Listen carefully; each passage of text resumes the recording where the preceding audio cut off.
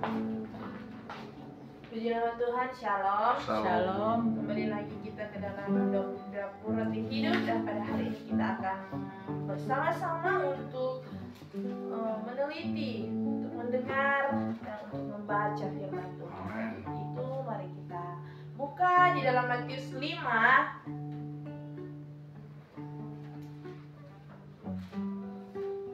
Matius 5 ayatnya yang pertama sampai dengan ayatnya yang ke-12. Matius 5 ayat yang pertama sampai yang ayatnya yang ke-12. Jika sudah katakan amin. Amin. Saya akan membaca ayatnya yang ganjil dan saudara sekalian akan membaca ayatnya yang genap. Matius 5 berjudul perikop khotbah di bukit. Ketika Yesus melihat orang banyak itu, naiklah ia ke atas bukit, dan setelah ia duduk datanglah murid-muridnya kepadanya. Maka Yesus pun mulai berbicara dan mengajar mereka, katanya, berbahagialah orang yang miskin di hadapan Allah, karena merekalah yang mempunyai kerajaan surga. berbahagialah orang yang berduka cita, karena mereka akan dihibur. Berbahagialah orang yang lemah lembut, karena mereka akan memiliki bumi.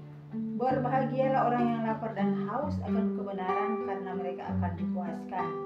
Berbahagialah orang yang murah hatinya, karena mereka akan beroleh kemurahan. Berbahagialah orang yang suci hatinya, karena mereka akan melihat Allah. Berbahagialah orang yang membawa damai, karena mereka akan disebut anak-anak Allah. Berbahagialah orang yang dianiaya oleh sebab kebenaran, karena mereka yang mempunyai kerajaan surga. Berbahagialah kamu juga karena kamu dicela dan dianiaya, dan kepadamu difitnahkan segala yang jahat. Bersukacitalah dan bergembiralah, karena upahmu besar di sorga, sebab demikian juga telah dianiaya nabi-nabi yang sebelum kamu. Puji Tuhan. Jadi saya rindu untuk memberitakan kembali ayat ini, karena saya ingat sebelumnya saya sudah pernah memberitakan, tetapi saya yakin dan percaya setiap dari kita firman Tuhan itu selalu baru. Dan tidak ada firman Tuhan itu sudah ada dan telah ada sejak dunia dijadikan. Jadi firman Tuhan itu tidak pernah lekang oleh zaman. Mau firman Tuhan perjanjian lama, perjanjian baru, itu semua relate dengan kehidupan kita. Itu semua menjadi dasar dan fondasi kita hidup. Dan itu semua menjadi bagaimana kita hidup di dalam dunia ini. Jadi pertama-tama saya sangat rindu untuk memberitakan firman ini, karena ini adalah salah satu yang Tuhan Yesus langsung berkhotbah. Jadi ini khotbah ini istilah khotbah di bukit. Jadi banyak perikop-perikop yang Tuhan Yesus katakan, ucapan bahagia, garam dan terang dunia, Yesus dan hukum Taurat. Panjang sekali untuk pada saat ini Tuhan Yesus memberitakan khotbahnya. Kalau misalnya waktu pada saat itu mungkin ya, waktu pada saat itu banyak yang mendengar, pasti mereka sangat terpukau, sangat mengagumi sosok Tuhan Yesus, karena banyak hal yang Tuhan Yesus ajarkan tentang hal memberi sedekah, hal kekhawatiran, hal berpuasa, semuanya Tuhan Yesus ajarkan. Dan itu kenapa menjadi betapa Tuhan Yesus adalah sosok Bapa yang sangat baik. Karena apa? Karena di dalam Amsal Salomo bilang, dengarlah nasihat ayahmu dan turutilah perintah ibumu. Dan itulah yang diberikan contoh oleh Tuhan Yesus. Tuhan Yesus menjadi Bapa karena Tuhan Yesus mempresentasikan dalam dunia ini dia adalah seorang Bapa. Dan bagaimana Bapa menasihati anak-anaknya, demikian juga Tuhan Yesus menasihati anak-anaknya. Jadi firman yang begitu lemah lembut yang diberitakan oleh Tuhan Yesus. Jadi kenapa Tuhan Yesus bilang, belajarlah kepadaku, aku lemah lembut dan rendah hati. Mungkin pada saat itu kita tidak melihat langsung bagaimana Tuhan Yesus menasihati anak-anaknya, tetapi kalau kita ada di situ pasti kita merasakan bagaimana kasih Tuhan yang luar biasa itu, bagaimana kelembutan Tuhan Yesus yang luar biasa itu. Walaupun kita hanya membacanya melalui firman Tuhan, tetapi kita sudah bisa merasakan roh Tuhan ada pada kita, roh Tuhan mengelilingi kita, karena kita bisa merasakan betapa Tuhan Yesus mengasihi kita itu luar biasa. Jadi saudara-saudara, saya mau bilang bahwa kita punya Tuhan yang luar biasa. Kita punya Tuhan yang hebat, kita punya Tuhan yang dahsyat, kita punya Tuhan yang maha pengasih, maha penyayang.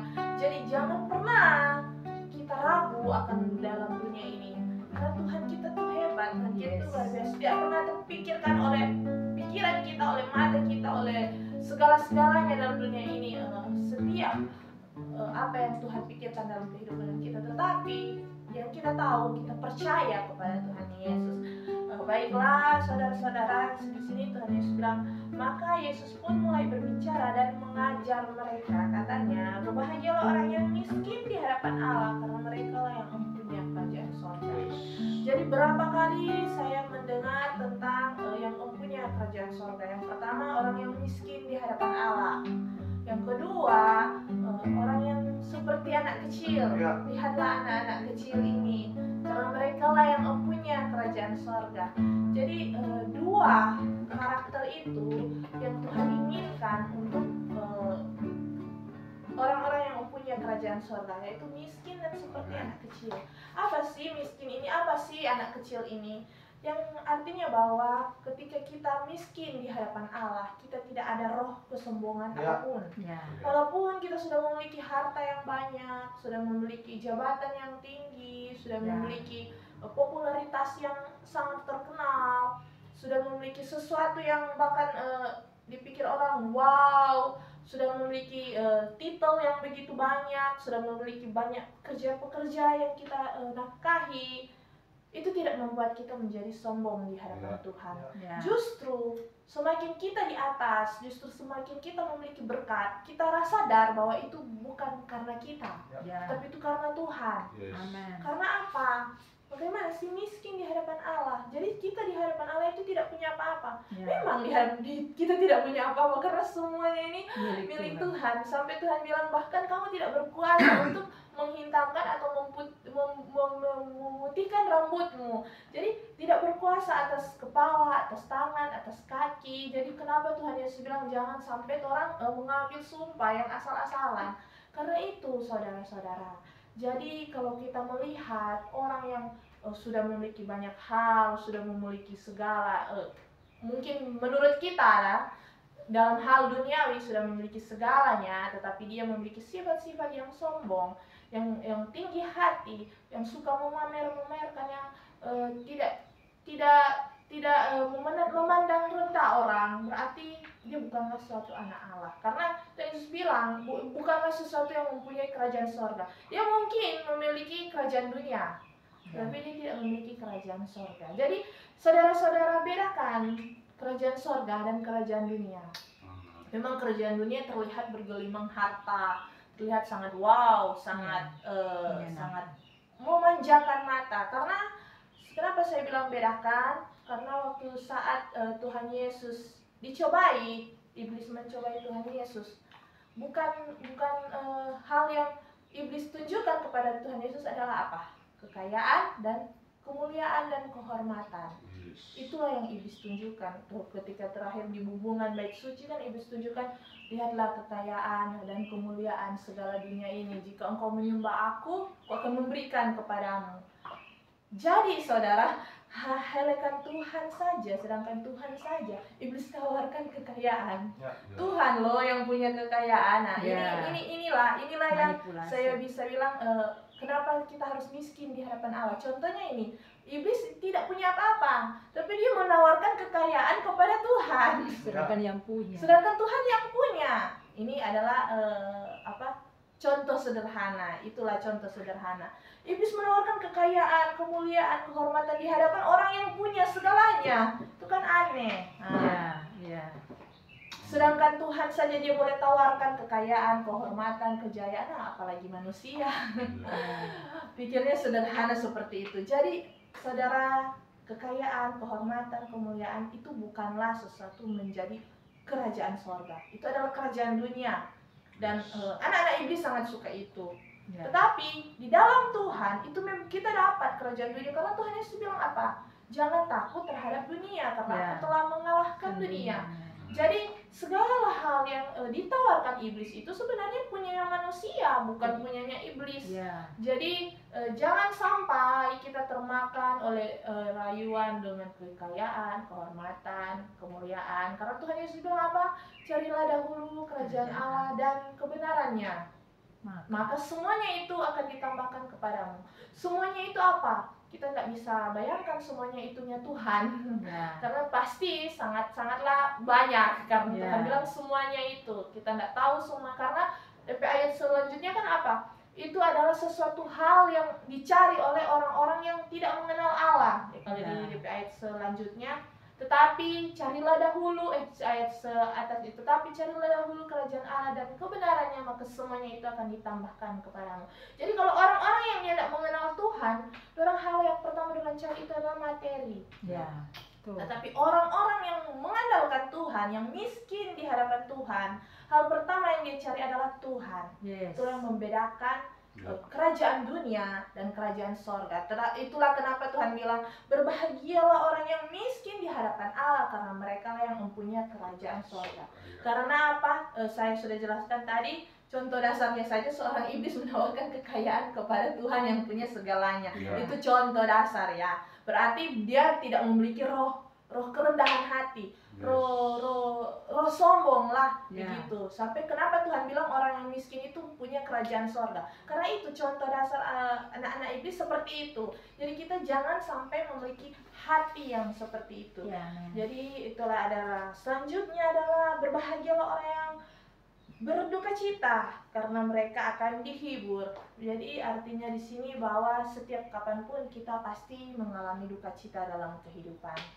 Entah itu duka cita karena sakit, entah itu duka cita karena ada orang yang terkasih, kita kembali kepada Bapa. Karena kan semuanya pasti mengarah ke situ. Tetapi kalau orang-orang di dalam Tuhan, walaupun mereka sedang dalam patah hati atau mungkin sedang dalam pekerjaannya di PHK, itu kan membuat hati sedih ya. Siapapun pasti merasakan kesedihan. Itu adalah hal yang, pokoknya hal-hal yang dalam kehidupan kita mengalami sesuatu yang tidak enak, hati bersedih hati. Tapi kalau kita tetap teguh di dalam Tuhan, tetap terus di dalam Tuhan, Tuhan Yesus bilang kita akan dihibur. Contoh, saya memberikan contohnya, yaitu siapa? Ayub. Ayub, bayangkan dia kalau melihat kehidupan Ayub itu memang betul-betul manusia. Kalau misalnya manusia yang tidak alami, memang mungkin murtad ya. Bayangkan, dia sangat saleh. Ada orang yang bernama Ayub, dia sangat saleh. Kesalehannya Ayub diuji, sangat saleh. Bayangkan sampai dia saleh, pokoknya dia tidak ada sampai bercelah sampai ini. Tuhan kan membanggakan Ayub di hadapan anak-anak iblis lah waktu itu. Sehingga iblis bilang, oh itu kok karena Tuhan melindungi Ayub. Dan sampai akhirnya Tuhan bilang, oh cobai si Ayub. Kalau misalnya, tapi jangan sampai kau mencabut DP nyawa. Itu Tuhan yang bilang. Bahkan apa, lihat, keluar itu iblis langsung cepat-cepat dia pergi. Cepat-cepat dia pergi. Diambil hal yang pertama adalah Ayub pe anak-anak. Hal yang pertama diambil oleh iblis adalah anak-anaknya. Meninggal semua, kasihan anak-anaknya. Baru kedua, hartanya. Baru ketiga, istrinya pergi meninggalkan dia. Baru keempat, kesehatan. Pokoknya tidak ada yang mau sama Ayub. Tetapi apa? Ayub penuh, kalau mau baca Ayub itu dari ayat 1 sampai ayat 41 itu Ayub penuh dengan berduka sampai, tetapi endingnya dia tetap teguh di dalam Tuhan. Dia tetap teguh di dalam Tuhan, dia tetap percaya bahwa Tuhan itu adalah Allah yang benar yang dia sembah sesuai dengan kesalehannya dia. Jadi bukan saat dia bahagia dia menyembah Allah, tetapi saat dia berduka pun dia menyembah Allah. Dan akhirnya apa? Dihibur oleh Tuhan. Anak-anaknya kembali, istrinya kembali. Memang istri dia tidak menceraikan istrinya yang sama. Istrinya kembali, anak-anaknya kembali. kembali dalam artian dia mendapatkan jumlah anak yang sama, dan bahkan ketiga anaknya itu sangat cantik-cantik, dan bahkan kekayaan yang dulu hilang 10 kali lipat digantikan oleh Tuhan. Dan teman-temannya yang dulu pergi datang lagi kembali kepadanya. Itulah kenapa Tuhan bilang kita harus tetap teguh di dalam Tuhan. Memang kesedihan itu adalah hal yang bukan hal yang wajar ya, tetapi itu adalah hal yang pernah dialami oleh setiap manusia. Karena kita tidak mau sedih ya, saudara-saudara. Tetapi itu pasti dalam kehidupan kita pernah merasa sedih. Tapi kalau di dalam Tuhan, kita percaya dalam Tuhan, pasti Tuhan akan menghibur kita, mengganti kita berkali-kali lipat seperti Ayub. Dan selanjutnya, berbahagialah orang yang lemah lembut, karena mereka akan memiliki bumi. Nah, inilah yang harus Tuhan sudah mencontohkan bagaimana lemah lembut itu. Mungkin kalau kita ada dalam posisi mendengar firman Tuhan ini, kita pasti bisa merasakan kelembutan Tuhan. Karena Tuhan bilang Tuhan mempresentasikan kan Allah, Anak, dan Roh Kudus. Dan Roh Kudus itu penuh dengan kelembutan. Dan itulah Tuhan kita. Dan Tuhan bilang, belajarlah kepadaku, aku lemah lembut dan rendah hati. Lemah lembut artinya bahwa kita tidak pernah memiliki kemarahan. Kita tidak pernah memiliki kedengkian dalam hati kita. Kita tidak pernah memiliki iri hati. Maka dari itu kenapa Tuhan bilang yang mempunyai kerajaan surga adalah orang yang seperti anak kecil, seperti anak-anak. Karena anak-anak itu tidak memiliki iri hati, tidak memiliki dengki, tidak memiliki kemarahan. Yang mereka hanya memiliki hati yang murni dan polos. Itulah kenapa Tuhan bilang itulah harus seperti itu yang mempunyai kerajaan surga. Jadi kita, saudara, tidak boleh memiliki hati yang seperti itu. Memiliki hati yang lemah lembut sama seperti Tuhan, yang ramah terhadap semua orang, tidak membeda-bedakan orang, penuh dengan kedamaian. Artinya di mana kita berada, orang senang, penuh dengan sukacita. Karena kita hidup di dalam Tuhan itu memang sangat enak, saudara ya, sangatlah bahagia. Kalau orang-orang yang penuh dengan tekanan, hidupnya mengejar sesuatu, tetapi apa yang dia kejar sebenarnya? Hidup yang penuh berpacu dengan sesuatu, tetapi apa yang dia pacu sebenarnya? Hidup yang penuh dengan banyak sekali hal yang dia kejar. Tetapi di dalam Tuhan tidak menginginkan hal seperti itu sebenarnya. Karena Tuhan menginginkan anak-anaknya itu hidup sehat, hidup makmur, hidup damai, hidup penuh dengan berkelimpahan, hidup dengan sukacita memuji Tuhan, hidup dengan kedamaian. Itulah blueprintnya Tuhan kepada kita anak-anak manusia. Kalau kita mengejar sesuatu itu seperti apa ya? Tidak mempercayakan apa yang diberikan oleh Tuhan. Jadi memang kita menginginkan sesuatu dalam dunia itu wajar. Kita merindukan sesuatu dalam dunia itu wajar. Itu adalah hal yang wajar untuk seorang manusia. Tetapi bagaimana kita untuk mengolah apa Tuhan Yesus di dalam buah-buah roh, penguasaan diri ya. Bagaimana kita mengolah penguasaan diri kita itu untuk mengikuti alurnya Tuhan, mengikuti alur waktunya Tuhan, sehingga kita tidak lelah dengan dunia ini. Dan kalau kita lelah dalam dunia ini, akhirnya kita dimanapun kita mukanya marah-marah, melihat orang senang, kita menderita. Karena apa? Orang itu terlihat santai-santai, biasa-biasa, karena dia hidup bergaul dengan Tuhan. Kalau kita yang mengejar dunia pasti lupa masuk gereja, lupa berdoa, lupa baca Alkitab, lupa tidak mendengar firman Tuhan. Karena apa? Karena banyak sekali yang kita kejar ini, kejar itu. Tetapi saudara, itulah yang menjadi kita tidak menjadi anak-anak yang lemah lembut. Karena anak-anak yang lemah lembut itu dia pasti lemah lembut. Istilahnya perkataannya pelan, tetapi pasti dapat. Itulah yang ingin Tuhan inginkan, lemah lembut. Tetapi bukan arti kita mana-mana ya, istilahnya bagaimana ya mau jelaskan mana-mana yang artinya Permainkan orang. ya rendah diri ya, itu sesuatu yang berbeda. Lemah lembut dan rendah diri itu sesuatu yang berbeda. Jadi jangan sampai kita begitu ya saudara-saudara, karena anak Tuhan itu adalah anak-anak ahli waris, anak-anak raja. Jadi bukan arti kita memiliki bukan anak-anak gampang. Jadi kita tidak memiliki hati yang gampangan, itu yang membedakan. Jadi bagaimana kita lemah lembut. Jadi seperti itulah saudara-saudara. Dan selanjutnya, berbahagialah orang yang lapar dan haus kebenaran, karena mereka akan dipuaskan. Jadi ini untuk orang-orang yang istilahnya sudah mengetahui Tuhan Yesus itu siapa. Yang awalnya kan ada cinta mula-mula, yang awalnya tidak mengenal Tuhan Yesus, dia ingin mengenal Tuhan Yesus.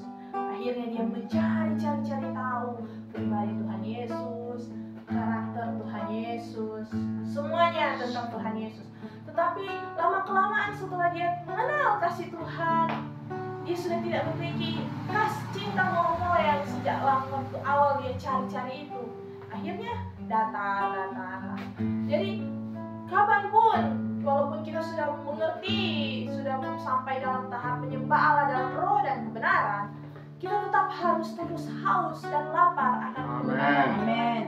Jangan sampai kita tergolong dalam orang-orang yang istilahnya apa ya, sombong pengetahuan tentang Alkitab. Nah itu jangan sampai saudara-saudara. Jangan seakan-akan kita tahu, kita sudah pernah baca Alkitab sampai berapa kali kita baca. Karena berarti dia sudah kenyang istilahnya. Jadi Tuhan Yesus bilang, berbahagialah orang yang lapar dan haus akan kebenaran. Kenapa saya bilang lapar dan haus? Karena bayangkan saja, sudah Alkitab setebal ini, pada di Yohanes ayat yang terakhir, Yohanes bilang masih banyak lagi hal-hal yang dilakukan oleh Tuhan Yesus, tetapi agaknya seluruh buku dalam dunia ini tidak dapat memuat apa yang telah dilakukan oleh Tuhan Yesus. Jadi walaupun kita sudah membaca Alkitab berapa kali pun, Tuhan Yesus tidak akan cukup dengan buku yang sebegini. Lebih dari itu. Kenapa itu saya bilang haus dan lapar? Jadi kita harus mencari haus.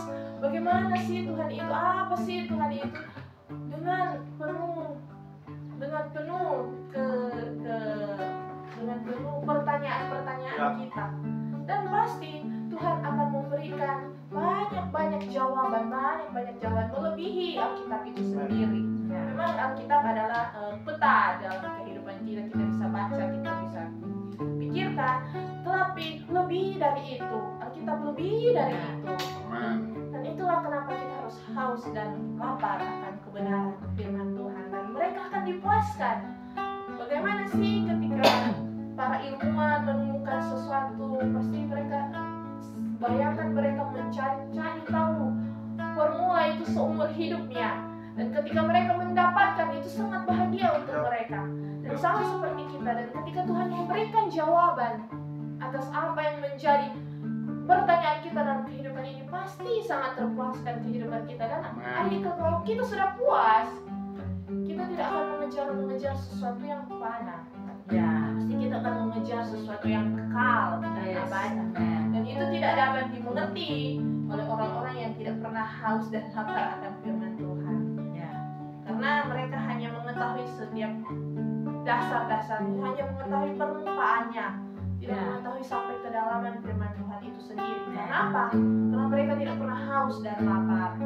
Jadi itulah yang ingin saya sampaikan. Dan selanjutnya, berbahagialah orang yang murah hatinya, karena mereka akan beroleh kemurahan.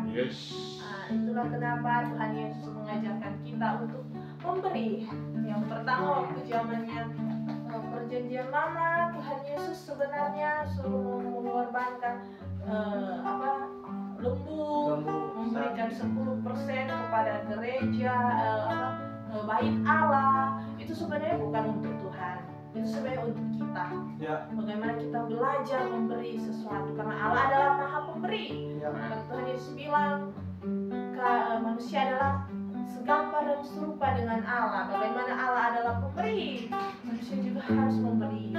Dan ketika berbahagialah orang yang murah hatinya, karena mereka akan beroleh kemurahan. memberi kepada mereka. Karena apa? Karena anaknya itu rajin memberi. Jadi kalau kita memberikan persembahan di gereja, memberikan korban persembahan untuk hamba Tuhan, memberikan korban persembahan untuk orang-orang yang membutuhkan, sebenarnya itu bukan buat mereka, itu buat kita. Amin. Buat kita. Jadi jangan pernah kita bilang, oh memberi untuk hamba Tuhan. Itu bukan memberi untuk hamba Tuhan. Memang uangnya dikasih buat hamba Tuhan, tapi sebenarnya itu memberi buat kita. Bagaimana kita belajar untuk memiliki hati yang rendah hati, lemah lembut, saling berbagi yang mencerminkan wujud dari segambar dan serupa dengan Allah.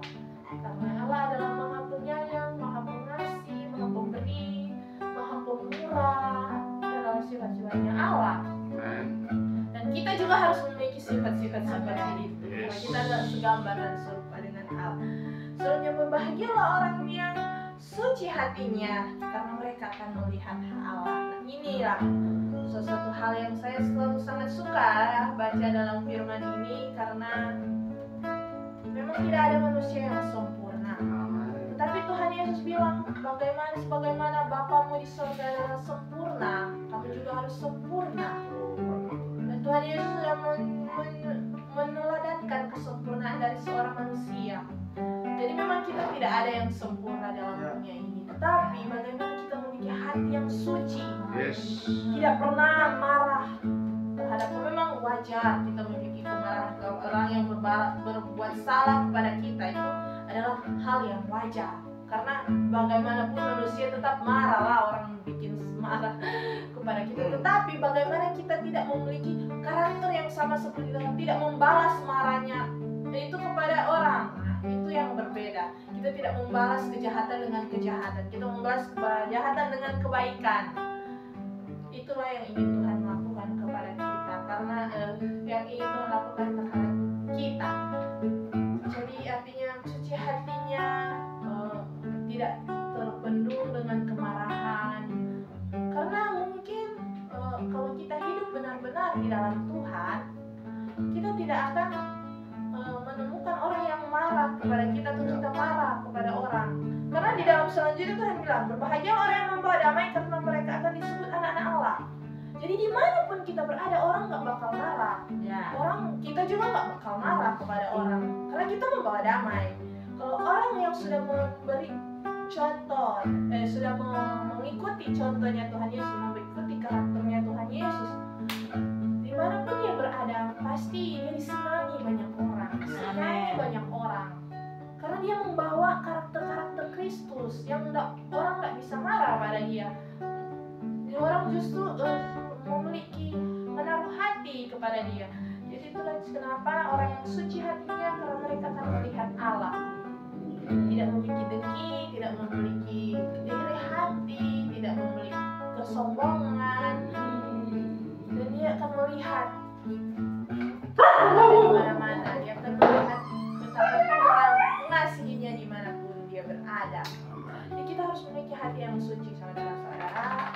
Untuk itulah kenapa saya rindu untuk mengajak saudara-saudara sekalian untuk hidup di dalam Tuhan. Kalau kita hidup di dalam Tuhan, perlahan demi perlahan, sedikit demi sedikit,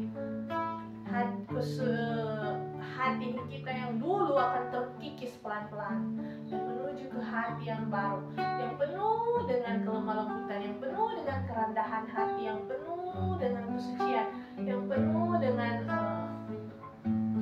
kebahagiaan, yang penuh dengan sukacita. Dan selanjutnya, berbahagialah orang yang membawa damai, karena mereka akan disebut anak-anak Allah. Sudah saya jelaskan seperti yang tadi. Berbahagialah orang yang dianiaya oleh sebab kebenaran, karena mereka yang mempunyai kerajaan sorga. Nah, ini juga yang istilahnya yang terjadi kepada martir-martir ya. Jadi yang pertama orang yang miskin, anak-anak, dan ini yang ketiga orang yang dianiaya oleh kebenaran. Ini yang terjadi oleh martir-martir. Memang kalau untuk zaman sekarang kita sudah tidak akan mengalami hal seperti itu. Istilahnya dianiaya yang sampai yang terjadi pada Petrus, Paulus, Yohanes, Yakobus, Stefanus. Memang mungkin zaman sekarang kita sudah tidak mengalaminya hal tersebut, dan saya yakin dan percaya mereka itu sudah ada di dalam kerajaan sorga, sudah duduk bersama-sama dengan Tuhan Yesus. Jadi berbahagialah orang yang tetap teguh pendirian imannya ya. Walaupun kalau kita mau melihat di Timur Tengah ada beberapa orang yang pernah ditanyai imannya beriman kepada Tuhan Yesus atau tidak, tapi mereka tetap teguh dalam imannya kepada Tuhan Yesus. Nah, orang-orang seperti itulah yang mempunyai kerajaan Allah. Tidak takut mati, tidak takut untuk menyerahkan, hanya untuk menyerahkan nyawanya dan untuk menista Tuhan ya, untuk kata-kata mengelakkan DP iman, untuk memalsukan DP iman, mendua hati ya. Dia tidak seperti itu, tetap teguh di dalam Tuhan walaupun seberbahaya apapun, mengkhianati Tuhan ya, benar, tidak akan mengkhianati Tuhan walaupun seberbahaya apapun. Dia diperhadapkan waktu saat dianiaya kan, walaupun seberbahaya apapun sudah dihadapkan di hadapannya, dia tetap tidak takut karena dia tahu kalau dia percaya kepada Tuhan Yesus, dia tidak mengkhianati Tuhan Yesus, dia tidak mendukakan hati Tuhan, dia tidak tidak mengelakkan Tuhan. Dia tidak percaya, itu adalah orang-orang yang punya kerajaan surga, yang berani untuk mengakukan Tuhan di hadapan orang-orang yang tidak percaya Tuhan. Itulah yang berani untuk dianiaya untuk kebenaran Tuhan. Jadi itulah saudara, bagaimana Tuhan Yesus sudah tahu lah apa yang akan terjadi kalau kita memang betul-betul hidup di dalam Tuhan. Tuhan Yesus sudah tahu semuanya. Amen. Jadi bagaimana ke-12 murid Tuhan Yesus mengalami pergolakan yang sangat besar ya, ketika dihadapkan dengan nyawa mereka atau iman mereka, tetapi mereka lebih memilih iman. Jadi saya yakin dan percaya waktu saat mereka dianiaya itu mereka tidak merasakan kesakitan karena imannya kepada Tuhan itu. Jadi mereka tidak akan merasakan hal-hal seperti itu karena Tuhan tidak membiarkan mereka untuk merasakan kesakitan. Tuhan Yesus adalah sangat-sangat Maha Pengasih.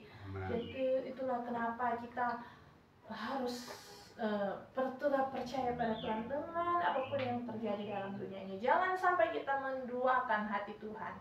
Jangan sampai kita mengkhianati Tuhan. Pindah agama, pindah ini, pindah itu hanya untuk demi sesuatu hal yang fana. Padahal Tuhan adalah segalanya. Tuhan Yesus adalah segalanya. Dan selanjutnya, berbahagialah kamu jika karena aku kamu dicela dan dianiaya dan kepadamu difitnahkan segala yang jahat. Bersukacitalah dan bergembiralah karena upahmu besar di sorga. Sebab demikian juga telah dianiaya nabi-nabi yang sebelum kamu. Jadi sebelum apapun yang terjadi kepada kita itu sudah pernah terjadi dan mereka mampu untuk melewatinya. Jadi saudara-saudara tetap teguh di dalam Tuhan. Jangan pernah kita kendor akan iman kita di dalam Tuhan. Karena apa? Karena upah kita besar di sorga. Berbahagialah berbahagia kamu jika karena aku kamu dicela. Jadi jangan pernah kita malu ya untuk mempresentasikan iman kita kepada banyak orang. Jangan pernah kita malu untuk mengatakan Tuhan Yesus adalah Allah kita. Jangan pernah kita malu, karena kalau Tuhan bilang, karena kalau kamu malu mengakui aku di hadapan manusia, aku juga malu mengakui kamu di hadapan Allah. Kita dimanapun kita berada, kita harus percaya diri, harus yakin, harus mau mengaku Tuhan Yesus adalah Allah kita yang benar dan Allah kita yang hidup. Demikian firman Tuhan. Shalom. Kita sedang berdoa. Ya Tuhan, terima kasih banyak atas berkat dan rahmat-Mu. Kiranya Tuhan, apa yang menjadi firman pada hari ini bisa dapat memberkati setiap dari kami. Tuhan Yesus, terima kasih banyak karena Engkau telah memberikan hikmat yang berasal daripada-Mu, kebiasaan yang berasal daripada-Mu, sehingga hamba-Mu dapat memberitakan firman-Mu Tuhan sesuai seturut dengan kehendak-Mu. Terima kasih banyak Tuhan Yesus. Engkau adalah Allah kami yang hebat, Allah kami yang baik, Allah kami yang segala-galanya Tuhan Yesus. Tidak ada yang Allah lain selain Engkau. Di dalam nama Tuhan Yesus kami berdoa, haleluya, puji Tuhan. Amin.